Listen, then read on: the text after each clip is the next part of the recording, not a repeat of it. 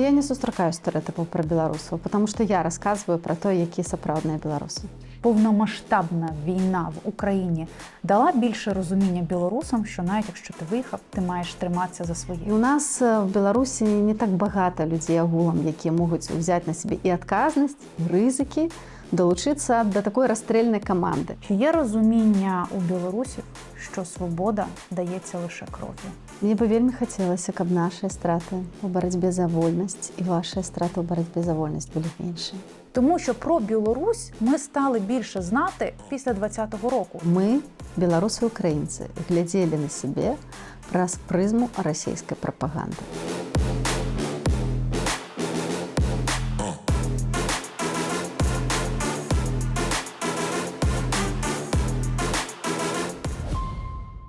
Аліна Коўшык. Я прадстаўніца па нацыянальным адраджэнні аб'яднанага пераходнага кабінета Беларусі. Я выехала з Беларусі пасля таго, як скончыла гістарычны факультэт гарадзенскага універсітэта, і мой тадышні дэкан хацеў, каб я дала хабар за тое, каб вучыцца ў аспірантуру. Я просто паступила в аспірантуру ў Варшавскім універсітэце. Мені здається, зараз найкращий час для відвертих запитань та щирих відповідей. Час для діалогу, який виключає подвійні інтерпретації. Чи готові ви до зустрічі із тим, ким ви є насправді? Аліна Коўшык, представниця по національному відродженню перехідного кабінету Білорусі. Я вас вітаю. Привітання. Я одразу мушу зазначити глядачам, що ми з Аліною на «ти», тому що ми ще й колеги, тому що до того, як піти в політику, Аліна працювала на Белсаті, але це не звільняє тебе від стереотипів про білорусів та Білорусь. Стереотипи. В Білорусі немає самостійної опозиції. Уся вона керується Кремлем або існує завдяки європейським грантам. За рахунок чого існує об'єднаний перехідний кабінет? Аб'яднаны пераходны кабінет існуе таму, што ёсць Святлана Ціханаўская, якая сабрала нас разам, і у нас ёсць місія. У нас ёсць місія вызваліць Беларусь. Гэта самая галоўная задача. Калі вы хочаце казаць пра тое, хто кіруе апазіцыя, можна задаць дакладна такое самае пытанне: хто кіруе апазіцыяй ва ўкраіне? Я думаю, што ёсць розныя агенты ўплываў, але я магу казаць пра сябе, і маю дзейнасцю не кіруе ніхто. Гаразд. В Білорусі не залишилося журналістів і журналістики. Погоджуєтесь? У нас ёсць беларуская журналістыка, але не засталося журналістаў, якія працуюць на глебе, якія працуюць у Беларусі. Угу. Ну, я от якраз маю на території Білорусі журналістів не існує. На тэрыторыі Беларусі людзі не працуюць журналістамі, таму што гэта надта небяспечна. Вельмі шмат нашых з табой калегаў знаходзяцца за кратамі. Можам узгадаць і Руслаўніку, і Ларысу Шчаракову, Любенчука. І гэты спіс можна працягваць і працягваць. І колькі было можна, гэтыя людзі выконвалі свой абавязак журналісткі. Коли ти виїхала до Європи, до Польщі, зараз ти подорожуєш Європою і не лише Європою, ти їздиш в різні країни. Найпоширеніший стереотип про білорусів, який ти чула? Я не сустракаю стэрэотыпаў пра беларусаў, потому што я расказваю пра то, якія сапраўдныя беларусы. Чий Крим? Українські. Чому ти вирішила обміняти журналістику все ж таки на політику? Це в якийсь момент ти переросла журналістику, переросла екран, переросла кадр і пішла в політику? Чи це була пропозиція? Як ти потрапила в політику? Гэта была прапанова. Больш за 17 гадоў я працавала журналісткай. Я вела першы выпуск навінаў, жывых навінаў на Белсаце. Я зрабіла там багата праектаў. І мне падаецца, што я зрабіла ўсё, што магла ў журналістыцы. І я заставалася ў журналістыцы да таго моманту, пакуль я адчувала, што я магу рабіць важныя рэчы.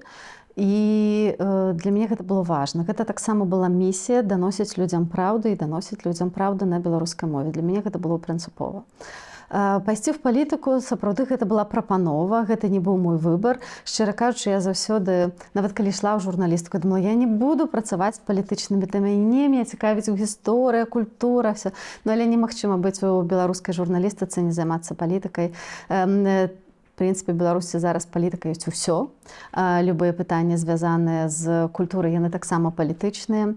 Але тады, шмат гадоў таму, мне падавалася гэта трохі больш ідэалістычна.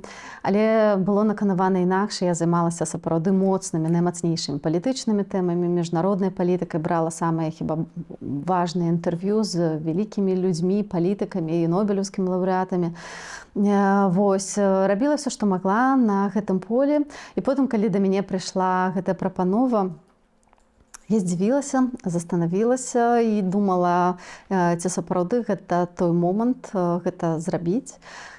Таму што шчыра ў палітыку ісці не збіралася, але я, акрамя таго, што была журналісткай, была грамадскай дзеячкай. І гэта заўсёды была такая дыхатамія, такое падвойнае атаясамленне сябе. З аднаго боку, журналіст мусіць быць незалежны, в сэнсе не заангажаваны ў нейкія там палітычныя працэсы. З іншага боку, ведаючы сітуацыю ў Беларусі, ты ведаеш, што ты не можаш быць незаангажаваны. І таму я рабіла тыя рэчы, якія мне падаваліся важнымі, якія мелі ўплыў. Мы стваралі арганізацыі, мы ладзілі канферэнцыі, мы ўздымалі беларускую тэму ў Польшчы. Я рабіла клуб жанчын, мы дапамагалі беларусам і беларускам, якія з'язджалі пасля 20-го года. Ну, было вельмі шмат гэтай працы. Ну, тобі запропонували піти в політику через не лише те, що ти пізнавана людина, принаймні серед білорусів, які дивляться Белсат, і серед білорусів, які виїхали з Лукашенківської Білорусі, а й тому, що ти активна, і ти справді десь є голосом, так, багатьох людей. Не було моменту, коли ти пошкодувала, що ти пішла в політику? Моменти розпачу, можливо, моменти втоми? Ведаеце, палітыка гэта не праца. Нельга гэта параўноўваць са звычайнай працай, вось як мы хадзілі на Белсат, тут у тебя было дзяжурства, ты прыходзіш, адпрацаваў, у тебя вольны час, тэарэтычна ты не думаеш пра ўсё. На дадзены момант быць палітыкам у Беларусі гэта місія. І ты пагоджваешся на яе свядома. Я таксама свядома пагадзілася. Я не пашкадавала пра гэта, але, канешне, складаныя моманты ёсць. Але гэта не моманты хваляванняў ці шкадаванняў. Гэта просто чарговыя цяжкасці, стомленасць, недахоп рэсурсаў ці яшчэ чагосьці. І ты просто ведаеш, што ты мусіш пераадолець гэтыя складанасці і ісці далей. У нас няма зараз права саступіць. І у мяне таксама была моцная матывацыя далучыцца да аб'яднанага пераходнага кабінета, таму што я разумела, што тыя людзі, якія ўзялі на сябе палітычную місію быць лідарамі у Беларусі палітычнымі, яны зараз знаходзяцца за кратамі. І, быць можа, гэта гучыць пафасна, але вось словы «хто калі не ты», «хто калі не мы» у маім выпадку вельмі моцна спрацавала. Я разумела, што я маю досвед працы журналісткай, які таксама вельмі, дарэчы, дапамагае ў палітыцы. Я разумела, што я добра ведаю замежныя мовы, што дапамагаю ў міжнародных камунікацыях. У мяне ёсць досвед арганізатарскі і так далей, і так далей. Я добра ведаю палітычнае беларускае поле. Таму я думаю, што гэты выбар і, в прынцыпе, як выбар іншых людзей, які далучыліся да аб'яднанага пераходнага кабінета, ён дастаткова прагматычны. І ў нас в Беларусі не так багата людзей агулам, якія могуць узяць на сябе і адказнасць, і рызыкі, долучитися до такої розстрільної команди. Ну, власне, тому це і важче, правда ж? Тому що ти береш на себе відповідальність не лише за тих людей. Ти розділяєш цю місію не лише з тими людьми, які сидять за ґратами, а й ти ще десь береш відповідальність за тих людей, які зараз живуть в еміграції і мріють повернутися до своєї рідної країни. Я думаю, тут больш за гэтага. Мы берем на себе адказнасць за лёс нашай краіны, за тое, дзе яна застанецца, што з ёй будзе далей. І гэта не так проста, але я думаю, што гэта самае важнае, што мы можам зараз зрабіць. Гэта далей змагацца з Беларусю. Конкретно, чим ти зараз займаєшся і наскільки це далеко від того, чим ти колись мріяла займатися, там, починаючи свій журналістський шлях? Я скажу цікавую рэч. Тое, чым я зараз займаюся, гэта тое, пра што я марыла займацца. Чым я марыла займацца ўсё жыццё. Так? Так. Я вярнулася да сваіх каранёў, насамрэч, бо я ніколі не марыла быць журналісткай. У журналістыку мяне таксама прывяла місія. Потому што калі стваралі Белсат, гэта было першае беларускае тэлебачанне на беларускай мове, я разумела, што гэта месца, дзе трэба быць. Але да гэтага я скончыла гістарычны факультэт. Мяне заўсёды цікавіла гісторыя. Я пісала навуковыя працы па нацыянальнай свядомасці, ідэнтычнасці. І таму пытанне нацыянальнага адраджэння, і вось так зараз цікава склаўся мой лёс, што, в прынцыпе, все тое, на што я працавала ўсё жыццё, яно цяпер працуе на мяне. Чим зараз ти конкретно займаєшся? Зараз канкрэтна у аб'яднаным пераходным кабінеце у маім партфоліо, так гэта называецца палітычна, пытанню культуры, адукацыі, гістарычнай памяці, а таксама інфармацыйнай палітыкі. Власне, от про питання культури, про питання освіти кілька разів я навіть тут вела суперечки з своїми гостями, і не лише тут, а й на каналі, про те, що наскільки важлива все ж таки освіта, яка дається білоруським дітям, щоб вона давалася, власне, білоруською мовою. Наскільки це нездійсненна місія зберегти білоруську культуру, білоруську мову, білоруський світогляд в еміграції для тих дітей, які народилися вже тут, в Європі? Гэта місія нашмат шырэйшая. Мы зараз мусім агулам зберагчы беларускую мову, беларускую літаратуру, беларускую культуру і дапамагчы ёй на вельмі шырокім фронце. Я вельмі радая, што з'явілася вось гэта разуменне ў палітычнага кіраўніцтва, палітычнага лідарства дэмакратычных сілаў, што гэтае пытанне сапраўды трэба ўзняць на самы высокі палітычны ўзровень. І гэта дазваляе рабіць мая пазіцыя. Я называюся прадстаўніцай па нацыянальным адраджэнні. Часта мне кажуць, што міністарка, але, канешне, цяжка параўноўваць. Але адказнасць ляжыць не меншая, толькі з той розніцай, што за мной няма міністэрства і няма ўсіх тых людзей, якія выконваюць працу. У мяне вельмі сціплая невялічкая каманда. Дзякуй Богу, што яна ёсць таксама. І вяртаючыся да пытання захавання беларускай мовы ідэнтычнасці, сапраўды яе трэба зберагаць у эміграцыі, але перадусім яе трэба зберагаць у Беларусі. І таму вось калі я планую сваю працу, і для мяне вельмі важна, каб тое, што мы робім, мы рабілі са стратэгічным разлікам. Я, асабліва з пытаннямі, якімі я працую, я не працую ў перспектыве там месяцаў ці года. Канешне, ёсць прамежкавыя планы. Я працую у перспектыве дзесяцігоддзяў. І вось план нацыянальнага адраджэння, стратэгія нацыянальнага адраджэння, яна разлічаная на некалькі дзесяцігоддзяў. Гэта велізарная праца, я пераканана, што я яе толькі пачынаю, што прыйдуць іншыя людзі, спадзяюся, якія яе прыцягнуць, а наша задача зрабіць так, каб гэта магчыма было рэалізаваць. Калі казаць пра замежную адукацыю, тут вось мы знаходзімся зараз з табой у Варшаве, мы зрабілі ўсё магчымае, каб у беларускіх дзяцей з'явілася магчымасць хадзіць у суботнія беларускія школкі. Так, у нас няма беларускай школы тут у Польшчы, ёсць беларуская гімназія у Вільні, не без сваіх складанасцяў, але ёсць. Але мы дапамагаем ствараць агульную адзіную сістэму суботніх школак. Такіх школаў ужо на дадзены момант 8 у адной сетцы, якія будуць працаваць па прыкладна адной самай праграме. Мы ім дапамагаем з фінансаваннем, з рэкламай, у тым ліку і дапамагаем пашыраць гэтую сетку. Вось я таксама зараз паеду ў Грузію на канферэнцыю па дэкамунізацыі, але таксама завітаю, буду вельмі рада пабачыцца з тымі людзьмі, які будуць адкрываць беларускія школкі ў Батумі і ў Тбілісі. Ось ти говориш про плани на десятиріччя, так? Що це от шлях довжиною в 10 років. Ці всі 10 років, ти їх бачиш де?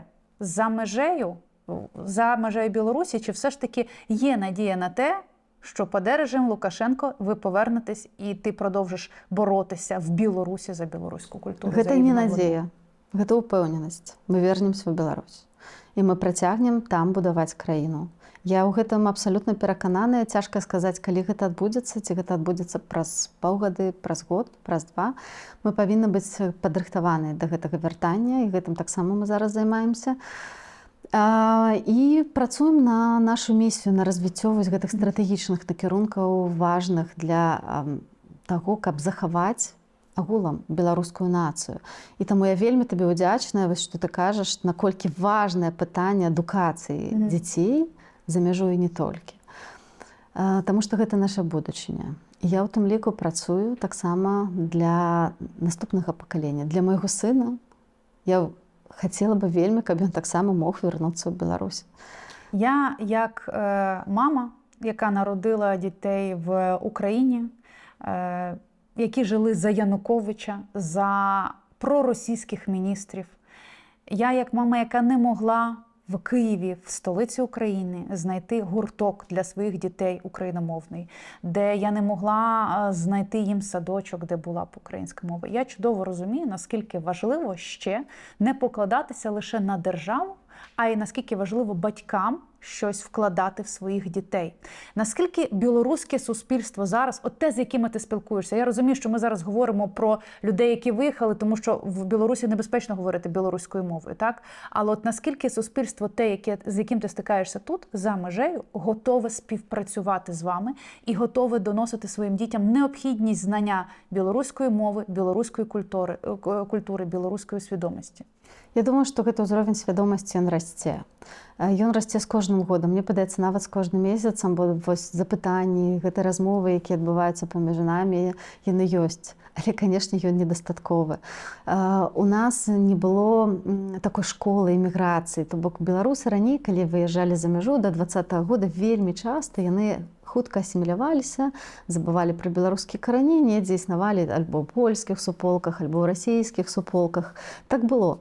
Зараз сітуацыя змянілася кардынальна пасля 20-го года. Мы бачым высып неверагодных, фантастычных беларускіх арганізацый, якія працуюць, паверце мне, на сваім уласным актывізме, часта вкладваючы ўласныя грошы. Я іх пераконваю, што гэта нармальна, што мы павінны сябе самі ўтрымліваць і шукаць тыя магчымасці, каб утрымліваць сваю дзейнасць самыя. Яны ствараюць беларускія школкі, яны пераходзяць на беларускую мову.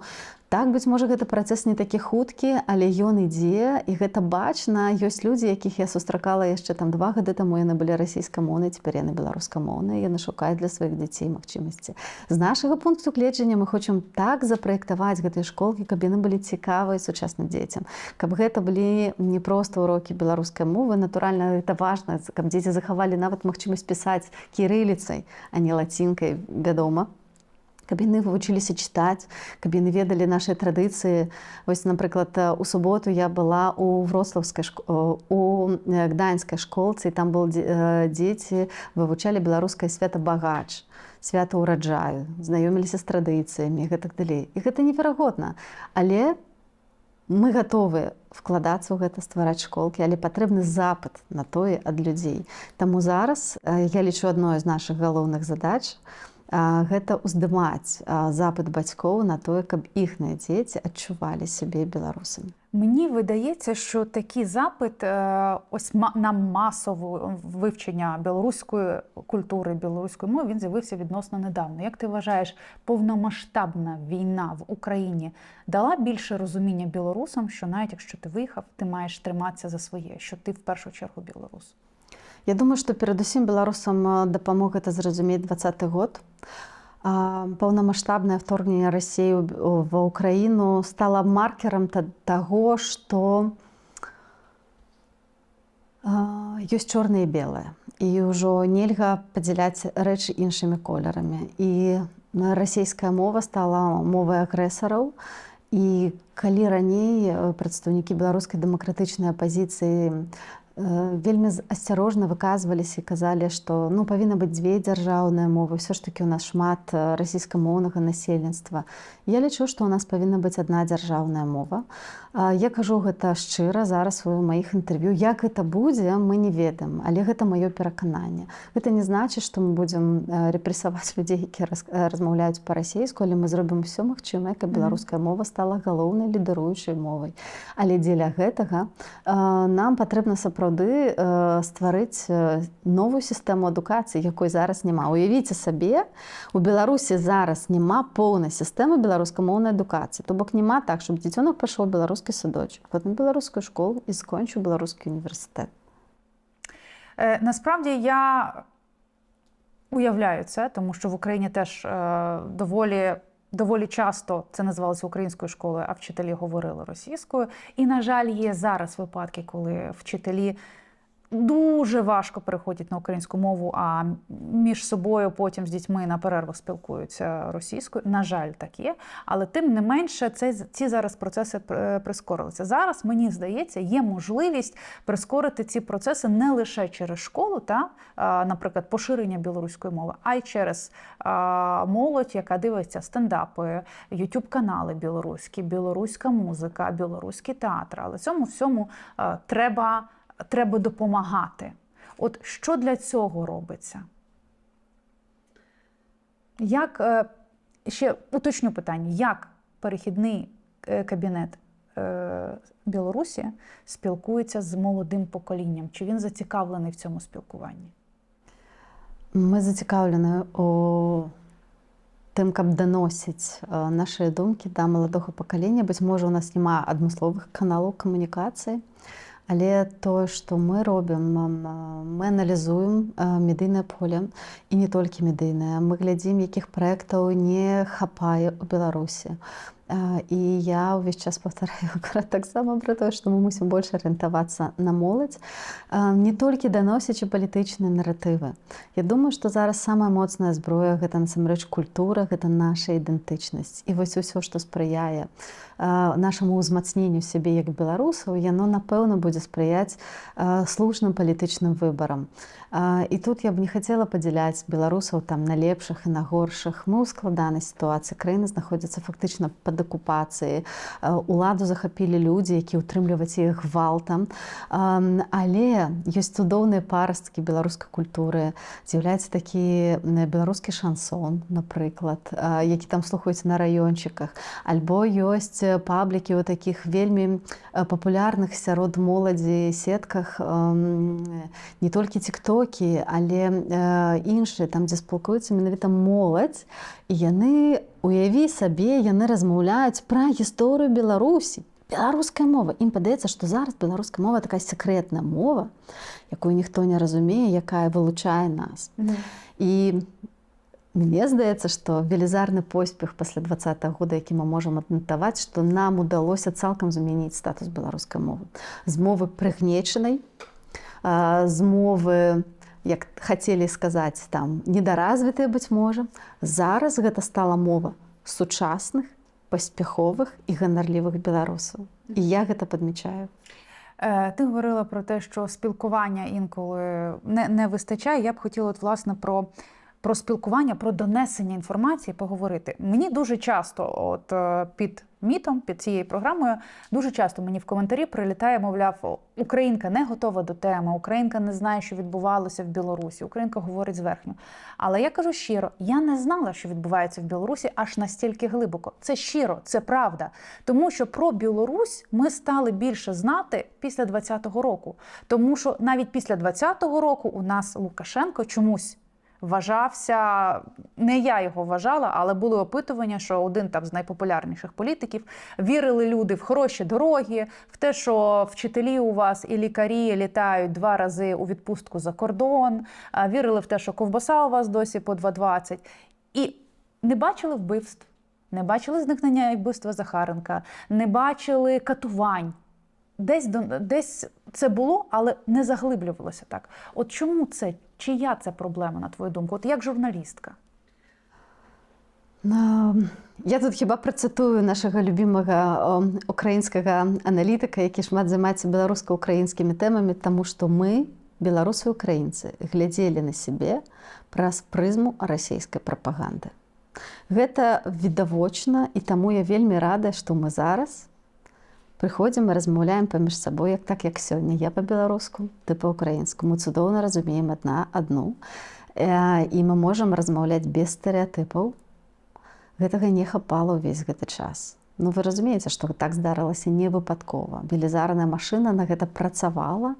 На жаль, яна была паспяховая. І прадоўжвае працаваць. Таму так важна інфармацыйная праца, і таму так важныя такія праекты, вось як МІД, як Безвіз, таксама то, што вы робіце на Белсаце, альбо Каця Ваданосава, якая робіць праграму таксама пра параўнанне беларускай украінскай гісторыі.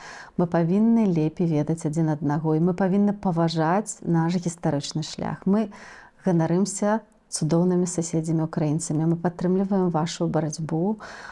І шчыра, у мяне мае найлепшыя сяброўкі украінкі. У маёй мамы былі найлепшыя сяброўкі украінкі. Хрёсная майго сына украінка. І таму для мяне гэта краіна вельмі-вельмі блізкая. Я пераканана, што калі мы перажывем гэты складаны этап нашай гісторыі, нашыя суседскія адносіны будуць вельмі добрымі. Для цього має бути діалог для цього має бути довіра, для цього має бути спілкування.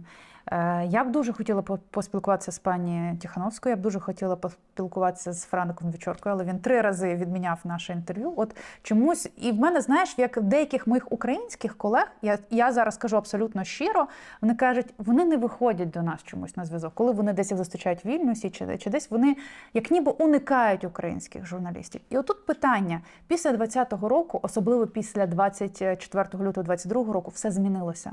Мені здається, у вашого перехідного кабінету і офісу Світлани Тихановської зараз повний карт-бланш. Вона може говорити голосно, вона може говорити те, що вона думає, і вона може доносити свою думку до українців через інтерв'ю. Але чогось поки що, ці голоси, щоразу вони лунають голосніше, але поки що затихло. Чому? Я не могу отказывать за пресс-службу спадарыні Тихановской. Я гэтым не займаюся. Мне падаецца, што мы выходзім в інтэрв'ю з украінскімі СМІ рознымі, калі толькі ёсць такі запыт, і шмат з маіх калегаў часта з'яўляецца. Спадарыня Святлана таксама рабіла некалькі інтэрв'ю. Яна не дае так шмат інтэрв'ю. Гэта прерагатыва палітычных лідараў. Яны ніколі не раскідваюцца так моцна словамі, але мне падаецца, што все разумеюць важнасць працы з украінскімі медыямі і агулам украінскім грамадствам, і мы шмат робім дзеля таго, каб палепшаць гэтыя адносіны. Валерый Кавалеўскі пастаянна прысутнічае ва украінскіх СМІ. У нас таксама падзелена нашы зоны адказнасці, і таму ты не можаш адказваць на все пытанні. Я таксама не беру все запыты на інтэрв'ю, калі гэта не моя тэма. А Франак, мне падаецца, ён ва ўсіх медыях, просто якіх толькі ёсць. Быць можа, так просто здарылася. Я не хочу тут нічога казаць, я просто ведаю, колькі людзі працуюць. І часам такія бываюць збег абставінаў, але гэта не таму, я пераканана, што не таму, што яны ўнікаюць нейкім чынам. Але таксама медыі абіраюцца, з кім мы размаўляем, асабліва на ўзроўні Святланы Тихановскай. Для мяне вельмі важна агулам размаўляць з медыямі, тому што я разумею, што важна даносіць нас голас, але спадарыня Святлана, яна, канешне, заўсёды абірае, з якімі СМІ ёй супрацоўнічаць і каму даваць інтэрв'ю. Гэта і загрузка велізарная, гэта і велізарная эмацыйная таксама аддача. Ўсё ж такі інтэрв'ю, гэта такой трохі выступ на сцэне, правда, да якога і трэба падрыхтавацца, трэба знайсці час. Таму я думаю, што трэба дамаўляцца, трэба працаваць. Я бы таксама вельмі хацела, каб адбыўся візіт Святланы Тихановскай ва ўкраіну. Мы гатовыя, мы робім ўсё дзеля гэтага. У нас наладжваюцца кантакты з украінскімі палітыкамі, з рознымі украінскімі інстытуцыямі. І мне падаецца, што гэтую рабочую ўзровень кантакту і разумення сітуацыі вельмі глыбокі. Що змінилося? Тому що справді, якщо ми беремо рік назад, там ми не говорили з офісом Світлани Тихановської, не було таких контактів з перехідним кабінетом Білорусі. Зараз ці контакти, вони зароджуються, і їх стає все більше через медіа, через неформальні якісь спілкування. Приїжджають політики білоруські в Бахмут, наприклад. Я кажу не лише про Зенона Позняка. Що змінюється? Можливо, у вас можливо, у вас щось всередині змінилося? Ви якось змінили свої підходи і вирішили більше надавати інформації Україні? Об'єднаному переходному кабінету тільки год. Я долучилася у верасні, таму фактычна вось зараз год, як я на гэтай пасадзе, і натуральна арганізацыя пэўнай працы, зразумення, наладжванне супрацы з партнёрамі, яна займае час. Яна не заўсёды так, як хочацца. Мне за гэты час атрымалася зрабіць такое разазнанне гэтага поля, з якімі працую, наладзіць кантакты. І для мяне асабіста ў маёй працы Украіна займае вельмі важную ролю у пытанні культуры, у пытанні каб дзеліцца досведам, як змагацца з наследкамі Савецкага Саюза у нашай гісторыі і перадусім у нашых галовах. Таму мы працуем як колькі можам. У мяне было ўжо 3 візіты в Украіну. Гэта хіба найбольш з усіх суседніх краінаў, акрамя Вільнюса. Бо там працоўныя паездкі, якія, быць можа, не лічацца, але 3 візіты ва ўкраіны, якія былі вельмі насычаныя. Мне падаецца, што гэта дастаткова шмат, і мы в кабінеце выдатна разумеем важнасць Украіны і лічым Украіну нашим стратэгічным партнёрам. Як спільно говорити і обговорювати, і щось влаштовувати, якісь дійства про культуру, про історію і не перетворити це все на славянський базар? Як це зробити сучасно і цікаво? Вельмі лёгка. Ёсць сучасныя формы дзеля гэтага і ўжо ёсць магчымасці. Літаральна некалькі тыдняў таму у Сопаце адбыўся польска-беларуска-украінскі фестываль, які называўся Марафест. Летась гэта быў проста беларускі фестываль. Сёлета арганізатары якога беларусы, яны такія яшчэ звоняць мне, кажа: Аліна, выбачай, гэтым разам мы не зробім беларускі фестываль. Я кажу: што такое, што здарылася? Мы зробім польска-украінскі, беларускі. Я кажу: так класна, цудоўна. А такі уф, адвлекло. І гэта было свята. Гэта сапраўды была неверагодная энергія, якая ні ў чым не нагадвала славянскі базар. Гэта былі выдатныя беларускія выканаўцы, гэта былі польскія выдатныя спявачкі і таксама украінскія. Іван Дорн быў з Украіны, які таксама выбачаўся, што яшчэ не ўсе песні паспеў перакласці на украінскую мову. І гэта была пляцоўка, дзе мы все адзін побач з адным вельмі добра сябе адчувалі. І я таму зычу поспехаў і вельмі спадзяюся, што наступным разам Марафест адбудзецца у такім самым фармаце з яшчэ лепшым лайнапам. І, быць можа, Белсат яго пакажа ў жывым эфіры. І вось гэта будзе выдатная альтэрнатыва славянскаму базару. Я хочу зрозуміти, як це зробити так, щоб це не стало шароварщиною, щоб це справді стало сучасним, цікавим, без віночків, без хороводів, щоб там збиралися молоді люди, які зацікавлені вивчити історію, але осучаснити її, жити тут і зараз, але знаючи історію. У нас вибітні артисти, у нас вибітні мастаки, які пераасэнсоўваюць нашу традыцыйную культуру. Вось нават на мне сёння вышыванка, якая спалучае ў сабе традыцыйную беларускую вышыўку, але яна зроблена ў такім больш сучасным стылі. Ну вось гэта такі невялічкі прыклад. У нас ёсць неверагодная Шума, якая транслюе беларускую этна у фолк, у рэйв і робіць выбітныя фестывалі, зажыгае ўсіх. І гэта таксама беларуская культура. Там няма нічога пошлага, там няма нічога, чаго бы можна было стыдзіцца. Таму проста трэба працаваць з добрымі мастакамі, з добрымі артыстамі. І яны ў нас ёсць. У нас ёсць выбітная мастачка Рыдлеўская, якая малюе цудоўныя маскі і піша вершы беларускаю моваю, выдае кнігі, робіць выставы. У нас ёсць Цемра, якая пераасэнсоўвае нашы траўмы, робячы выдатныя перформансы. Таму трэба проста выбіраць, з кім працуеш. І ва ўкраіне, в Беларусі ёсць выбітная плеяда мастакоў, і калі мы іх пачынаем адкрываць, і все такі: вау, гэта беларуская культура. Я кажу: так, гэта беларуская культура. Але з іншага боку, у нас ёсць цудоўныя маляваныя дываны Алёны Кіш. Гэта традыцыйная культура, з якіх беларускія дызайнеркі зрабілі шоўкавыя хустачкі.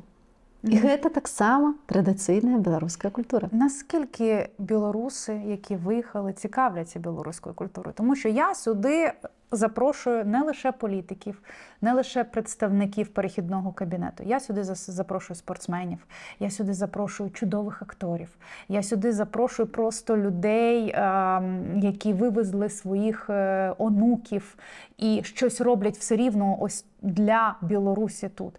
І зазвичай такі програми з такими, для мене, значущими людьми, тому що вони щось роблять вдалині від батьківщини для батьківщини, вони набирають мало переглядів. Чому? Я тут не буду адказваць як медыа-менеджерка. Я думаю, што у нас в Беларусі цудоўныя людзі, вельмі таленавітыя, вельмі шчырыя. Але ў нас не хапае такога добрага медыйнага маркетынгу. Нам трэба запальваць свае зоркі. І гэта ёсць важнай задачай для нас зараз. Раскручваць, папулярызаваць беларускіх блогераў, беларускіх спартоўцаў, беларускіх музыкаў. Ім прабіцца вельмі складана. І гэта таксама задача стварэння новай Беларусі. Гэта новыя твары, якія ёсць, але все роўна зараз мы маем такі шэраг асабістасцяў, якія сапраўды збіраюць прагляды. Гэта праграмы Мікіты Мелказёрава, гэта Саша Івулін, які займаецца спортам, які робіць выдатныя шоу і акумулюе вось такую беларускую спартовую актыўнасць. Але некаторыя рэчы яны заўсёды застануцца нішавымі. І тое, што іх не шмат прагляду, гэта таксама не кепска. Але я пераканана, што натрапляюць да тых гледачоў, якіх мусяць трапіць. І яны для нас таксама вельмі каштоўныя. Ти сказала, що ти плани на культуру свою розтягла от на 10 років. В тебе є план на 10 років. І ти віриш в те, що ти будеш те, що ти почала тут, продовжувати у вільній Білорусі. Чи є розуміння у білорусів, що свобода дається лише кров'ю? Беларусы змагаюцца за свабоду. Беларусы змагаюцца за свабоду нават уже не першае дзесяцігоддзе. Наш шлях да незалежнай краіны вельмі доўгі, вельмі пакутлівы, але гэта наш шлях, наш крыж, які мы несем. Так, свабода даецца крывёю, і мы плацім таксама гэты кошт. Хачу згадаць сёння светлай памяці Алеся Пушкіна, выбітнага беларускага мастака, якога закатавалі ў лукашэнкаўскай вязніцы, не аказваючы яму своечасовую медычную дапамогу. Гэта выбітная постаць для беларускай культуры, гэта велізарная страта для нас. Мы несем гэтыя страты кожны дзень. Мне бы вельмі хацелася, каб нашыя страты ў барацьбе за вольнасць і вашыя страты ў барацьбе за вольнасць былі меншыя. У нас таксама ў краіне ідзе вайна, але гэта іншая, ціхая вайна, гэта этнацыд, гэта вынішчэнне нас як нацыі, таму што у нас Расія дзейнічае проста іншымі метадамі. Ім не патрэбна заходзіць і кідаць на нас бомбы, але яны ведалі, што Украіну яны не змогуць знішчыць інакш, чым проста цалкам знішчаючы. Гэта вельмі несправядліва, гэта вельмі жорстка, таму за Украінай паўстаў увесь свет, і вольныя беларусы таксама.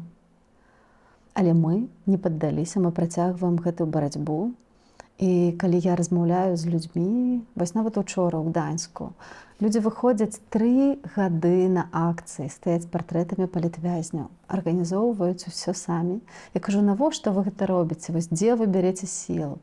Яны кажуць, а нам гэтая дзейнасць дае сілу, мы хочам вярнуцца ў Беларусь. У нас ёсць вельмі вялікая матывацыя. І таксама ёсць разуменне таго, што зараз той гістарычны момант, калі мы можам паспрабаваць выцепіць Беларусь з кіпцюроў Расіі. Гэтыя гістарычныя шансы даюцца рэдка.